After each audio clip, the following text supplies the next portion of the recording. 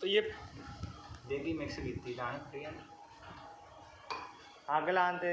रगड़ाने भी उदा ही लगता है ना मिक्स है जिदा नाल तो लगता पूरा उड़ता बस वही है इधर तो मैं अपने कैमरे तो बनाना ही नहीं तो चले ही जाना हाँ अपने तो बनाना दो गवाह है